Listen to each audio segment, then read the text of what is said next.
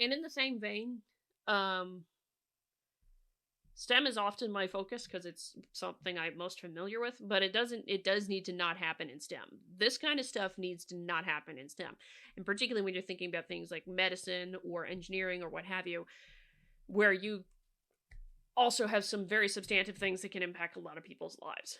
The reason I bring this up and I wanted to summarize it is an example of the kinds of shit that will happen if there's a lot of postmodernist influence that influences everything and people don't say something about it. Now,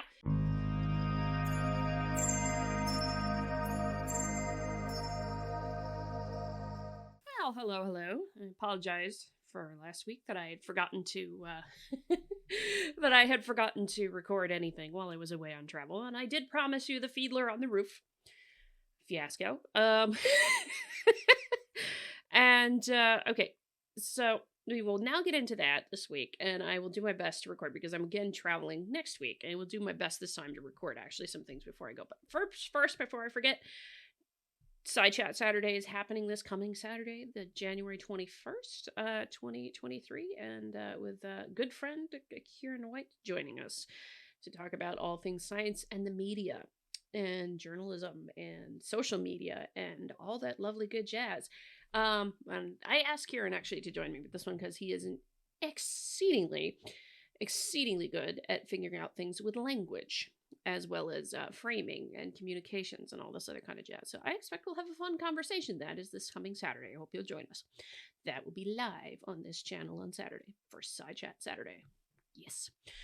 All right. So much of what I have to talk about today comes courtesy of Lee Jesson's Unsafe Science Substack, which you are not subscribed over there, at least as a free member. I encourage you. And of course, if you can afford to pay for the paid content that he has there also, I suggest it. This is not behind the paywall on his Substack, but it is worth reading if you are unfamiliar with the Fiedler on the Roof saga, which unfortunately it draws its name from the unfortunate victim of the situation. Lee has a great summary. As you can tell, this is a summary page, and also has each of the associated articles and commentary linked off on various Substack posts. This is sort of your wrapper post for everything. So if you want to go dig into it, which I encourage you to do, form your own judgment, here I suggest that you do that. And the reason I suggest that you do that, and one of the reasons I wanted to wait to cover this, is because I did take the time to read every paper, because Lee was kind enough to put the 4 papers that should have been published here on his Substack with the permission of the authors. And the other paper by Roberts is also available. And he also linked off to the guys highly unprofessional in my kind of view look at this. And so there's the short version, and then there's the long version. And I think there's a couple things at the end of this that are probably worth going into and talking a little bit more about. Why do I bring this up, though? Because for me, the Fiedler on the Roof fiasco is emblematic of the kind of stuff that happens when you allow, well, when you don't teach a little bit about what critical thinking actually is, or you embrace a postmodernist way of looking at science, which is to say the feelings matter, the activism is more important. There's another thing with one of the articles in the Fiedler on the Roof collection that I want to get into. And so we'll get into that. Now, the reason I nicknamed this Fiedler on the Roof is because Lee was one of the contributing authors in this, and he opened his piece, his article, which is also linked off this whole collection, with a quote from Fiedler on the Roof. And the unfortunate person to suffer the most from this is a guy named Klaus Fiedler. Hence the name, as I have now dubbed it, Fiedler on the Roof. Well, I don't know that I've dubbed it that. It may have gotten a name somewhere else and I'm losing track of it, but I'm calling it that for this. The Fiedler on the Roof fiasco. So Lee's got the short version here. He's got a slightly longer version of it. I do have the other article here, and I will include that, which really kicked this all off from 2020. Klaus Fiedler, former editor of Perspectives on Psychological Science, POPs, a major and influential academic psychology journal, accepted papers by Hommel, Stanovich, Strobe, and me, Lee Justin, that were critical of a previously published paper, Roberts et al. 2020. Roberts is a biracial Stanford professor. The substantive controversy involved how diversity is and should be implemented throughout psychology. Roberts et al. 2020 advocated for greater representation, in quotes here, of Black and minoritized groups of color. The critics made many arguments, including diversity is not just race. Human diversity includes a vast minor typo is vast, probably is what was meant here, but minor typo. Diversity of characteristics, personality, politics, social class, upbringing, skill sets, experiences, interests, age, religion, many more. Scientifically, for psychology to produce a representative science, it needs to capture all of this diversity and not exclusively types of diversity advocated by progressive activists. This has been one of my biggest complaints, and actually where I was at last week had some very productive discussions with STEM scientists who recognize that diversity is more than just race, sex, gender, and collective immutable characteristics. There's a lot of diversity things here that... I think I see what he was trying to say now. Human diversity includes a vast diversity of characteristics. That actually makes more sense, although I would just drop the word vast at that point. But grammatical thing, just me. So... that's actually the critique I had when I ended up inadvertently in some conversations with a few different folks, few different STEM folks who were quite ticked about the way said diversity things are going at this point, that diversity is far more than just immutable characteristics. And that ticks people off that it's getting ignored. Diversity is irrelevant to certain types and purposes of research. Roberts et al. Was as much political activism and propaganda as it was science. This was detectable by identification of a slew of demonstrably false claims or distortions that always happened to advance a far-left progressive worldview and agenda. For example, Roberts et al. 2020 repeatedly bemoaned a supposed lack of sufficient, whatever that means, racial diversity in psychology and called for strong steps by authority, e.g. all sorts of DEI mandates, to ensure better racial diversity. Hommel and I showed, using data from the U.S. Census, European equivalents to the U.S. Census, and educational statistics, that Robert et al.'s own data actually showed that minoritized groups were already represented at levels at or exceeding that of the underlying population. So, serious discussion of these issues was quickly derailed by, first, Roberts posting a paper denouncing all of us as racist. Now, short version of where that was is that Roberts was not thrilled about the responses of these four authors and posted his own response on a different on his personal page, and then included a whole bunch of other things which are, in my view, wildly unprofessional, but that's a whole other thing. Outrage spread on social media. Some can be found below. An open letter denounced Fiedler and the critics as racist and called for the Association of Psychological Science, APS, which oversees POPs, to summarily execute an order to fire Fiedler and for the commentaries to be unaccepted for publication. It also included for POPs to publish Roberts' denunciation and for APS to give Roberts pretty much anything else he wanted as reparations for the, according to the mob, terrible way he was treated. With respect to Fiedler, APS caved to the mob. They gave Fiedler an ultimatum to be fired, gave Fiedler an ultimatum to fire or be resigned. And he resigned. Okay. That is the very brief and short version of it.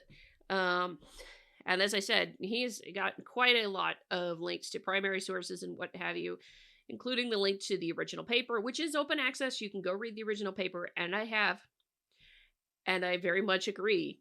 I read through the whole thing and read it with an open mind. I very much agreed with the critiques. And the biggest one I saw in the Roberts paper, there was a flaw. And for the record, you all know this if you've been watching this channel, I am not a social scientist. I'm a climate scientist by professional training. Here. I'm in STEM more so than in social sciences. So, and even I could see the disparity fallacy at play in the original Roberts paper.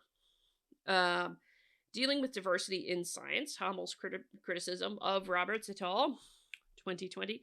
Now, this actually is also available online, but as you can tell, Lee has actually published these in his Substack too, so you can look around in his Substack and find it. Commentary on Hobble and Roberts, towards psychology of ideas rather than demographics. The myth of a need for diversity among subjects in theory testing research. Diversity is diverse, social justice, reparations, and science by me.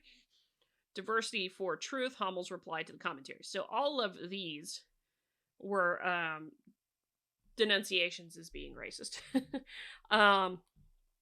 Here, eventually, by Roberts here, and all in order here for the different things that you can find. And it was a long, bloody saga as I was reading through it. And again, I may save a longer discussion on some of these things for a different side chat Saturday or the likes here. So let's see. Roberts' denunciation, calling all of us as racist, lying about my paper. Now, what is that about? Maybe I can pull this open real quick. So here we have the issue. So as I mentioned, Lee opened his article with a commentary, with a quote from Fiedler on the Roof. And this is it. Here. Of course, there was a time he sold him a horse and delivered a mule. Here in the thing. You promised one thing and you're given another. This is the main premise, and you really shouldn't do that. So, what was the thing here is that Lee made a, where, I'm trying to find it real quick, actually.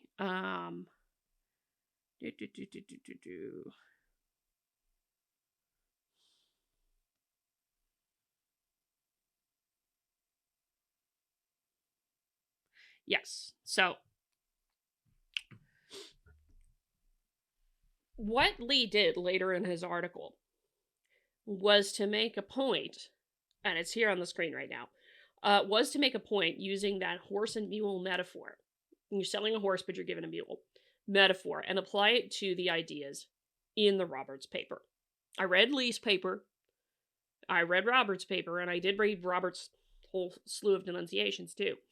And that's why I bring this up as kind of good summary if you want to go back and forth and look at it, is that Roberts really, Roberts tried to paint the horse and mule metaphor as being an example of racism. That is not what Lee was trying to do. He was very much looking at the ideas. Saying if you're giving one idea versus another, you know, don't say don't say what you're presenting is one thing and then present it and then it really turns out to be another. When it comes to ideas, that was what Lee was saying in his piece. It got painted as completely differently, and that is what Lee was getting into here when he was saying the lying about his own paper in particular.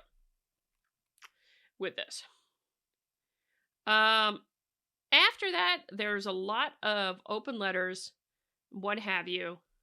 But this is the nice thing.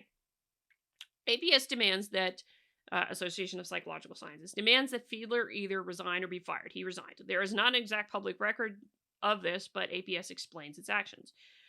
The German Psychology Society upbraids the APS, the professional society that oversees POPs, for lack of procedural justice. Notes from a witch hunt. Here, those kinds of things. Okay. Joachim Kruger's letters to APS and POPS, resigning as a member of the organization and editorial board in protest of their handling of the whole situation. So, at least 6 of 7 POPs associate editors have resigned. Have not found a current statement by APS or POPs about this. First image is the current list of associate editors found here as of 12/31/22. The second image is from earlier in 2022, which can be found here. So yeah, before, this is before, here, with the many associate editors, people who oversee the peer review process, yeah. And then after. A lot of editors decided to bail on this after what APS did, forcing him to walk out. And then after that, tremendous amounts of stuff here. In other words, A whole substantive discussion that could have taken place got completely derailed because of one person at this point. One person causing a whole lot of chaos when there was not. It's amazing to me that 12, I think it's 1400 now, but so many academics didn't stop to think about the arguments and actually read things. And this is where I come back to the notion about Twitter science or social media science and what have you. Just putting stuff out there and being like, oh my God, look at this happening. And, sometimes friends, somebody what have you, you go straight to, oh my God, that's awful, rather than critiquing the evidence and asking for it. And the reason I didn't comment on any of this earlier was because I was trying to look at a lot of the evidence myself. Now, again, short summary for me that you're getting here right now, and I may save looking at some of these other things for other days here just to get into some of this interesting stuff. But I encourage you to go in and read this stuff. It is a lot. It is a heck of a lot. But I suggest you go look at this. And because I want to make a point is that a lot of these editors, at least to the best of what I can find, and maybe Lee can let me know otherwise if I'm wrong with this, resigned because they were pissed at what happened to Klaus. And I think this is actually probably yes. Here, yeah. This is one of the guys, this is what, Joachim? Yes, Joachim Kruger. Resigning as a result of this whole mess. People who've been doing this for ages and, for all I know, could be very different on the political spectrum from me, having enough of this bullcrap. I herewith resign from the editorial board of Perspectives on Psychological Science. It was a pleasure to serve under the guidance of Professor Klaus Fiedler and to work with the exceptional team of colleagues he assembled. Please remove my name immediately from the list of board members on the PBS website. If you do not, visitors of the site might get the false impression that I endorse the recent political and non-judicious practices displayed by the APS. I urge the APS to apologize publicly to Professor Fiedler and to make amends for the frivolous damage they have done to his reputation. What may be less obvious to APS leadership is that the damage it has done to itself is far greater than the damage visited upon individuals. Science is about truth, and truth can inform and guide the way we live. Indeed, science is about the pursuit of the truth. That is the telos here. The APS, however, has placed ideological mandates before science and thereby has begun to throttle it. I do not know how you might recover from this. The public may come to see you as a gang of garden gnomes with access. I don't think I'd read that part before. If I did, I skipped over it. The public may come, little gang of garden gnomes. Okay. The public may come to see you as a gang of garden gnomes with an axis to grind, axis too heavy for you to lift. It is a pity. I love psychological science, and over a century of toil, we have learned much about the behavior of groups, crowds, and mobs, as well as about self-satisfied and moralistic decision-making. In time, someone will write the story of these recent events, and the APS leadership is not likely to star in a heroic role. Kruger, professor of psychology, Brown University, in here. So he resigned from that whole thing. I don't think he was the only one. And frankly, more of this needs to happen. Obviously, Lee was very vociferous about it here. And there's plenty of articles talking about this whole mess. So, yeah, there's a lot of people who got really pissed off about it. And that's a good thing. One of the things I think with this kind of stuff is that, you know what, this kind of stuff only happens when good people don't push back and say this is bull. And it was. Fiedler never should have been forced to resign. He should never have been forced out. Could he have handled the editorial situation better, where it was more of a one-on-one situation instead of a one-on-four kind of thing? Yeah, you could have that argument, I think. But to force him out altogether over this was stupid. It was an absolute fiasco. As far as I can tell, no one outside of academia has expressed endorsement of mob witch hunting behavior here. In a popular rebellion against the deplatforming of Dorian Abbott, thousands attended his talk when it moved to Princeton's Madison program. Similarly, free and paid subscriptions to unsafe science skyrocketed immediately following these events, suggesting something similar. Yes. Actually, I'd been a subscriber before this, but I'm promoting it now. If you're not already a subscriber to Lee's Substack, I suggest you go there, because he's got some good shit. Pardon my language. Let's see. Yep. Blocked and reported podcast, raising the roof, video appearance. Psychologists are burning another witch. Selection of essays that help understand the hell that happened through broader sociocultural trends. This last part comes from the end of Lee's own article here that he put here. And he's actually highlighting the voices of people of color here that get excluded and ignored in their respective disciplines. Wilfred Riley, here, I don't know how to pronounce his name, Hrishikesh Joshi. I don't believe I pronounced the name correctly. Apologize. George Yancey, Luana Moroja, Musa Algarbi, Marisol Quintanilla, John McWhorter, Roland Fryer, Amna Khalid, Sarah Hayter. And the only reason I know at least somewhat how to pronounce Amna's name is I've heard it pronounced elsewhere. So with that one, but thing about this is that there are voices that do get ignored in this. That should be here, and I think I'm going to close this up with reading a couple of them. Let's see. Musa Algarbi 2020. Musa Algarbi, talked about him on this channel a few times. Diversity is important. Diversity related training is terrible. Marcella Quintanilla, it is very strange that surveys assume that race is fixed when it really is a spectrum. For example, I have Spanish, Chinese, North African, and Native American ancestries, and the same forms pretend that gender is a spectrum, 11 options in most Michigan state surveys, when it is clearly a binary. Mammals are sexually dimorphic. Roland Fryer, more corporate leaders should be trying to solve diversity challenges in the same way they solve problems in every other aspect of their business, through intelligent use of data, rigorous hypothesis testing, and honest inference about what is working.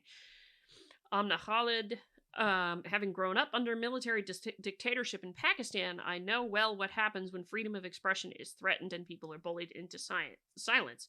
It pains me deeply to see this happen in my adopted country. As psychology and academia embrace activism in the name of social justice, calls to include the previously excluded will likely accelerate. In that spirit, I look forward to responses by academics calling for DEI that celebrate the inclusion in this article, and therefore in the psychology peer-reviewed literature, of the heretofore excluded voices of people of color quoted above, and more importantly, their substantive views. Doing so might help psychology to deliver the horse that horse it sold. And in the same vein, STEM is often my focus because it's something I'm most familiar with, but it does need to not happen in STEM. This kind of stuff needs to not happen in STEM.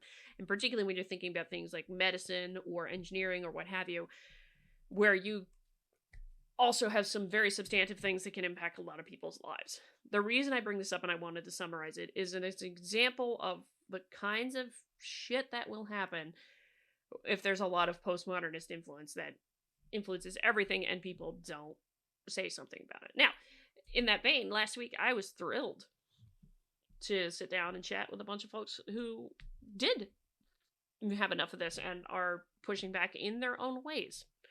Quietly so. So there is some pushback going on, even if you can't see it going on, and particularly in STEM fields where we're looking at this like, what the So, you got that going for it. But I encourage you to go read through the whole Fiasco, go read through all the docs. And I think, in particular, there's one of Hommel's articles, one of the two of them here, that I actually want to come back to a little bit more. And you heard me mention it the week before last on the Pursuing Truth versus Changing the World mentality. I kind of talked about it a little bit there. But I actually want to unpack that a little bit more. So I may do that for next week, but I wanted to give you a short version introduction into the Fiedler on the Roof fiasco, as I'm going to call it. That's it for now. Let me know what you think, and go on. Like I said, go on and read through everything. I encourage you to do it because there's a lot of stuff in here. And how do I put this? My brain is not working all together today. Put it that way. So if you like this video, hit the like button on the way out the door, comment on the video, share the video, subscribe to the channel, all that lovely good jazz. Until next time, I'm Adrian. May you ever and always stay curious.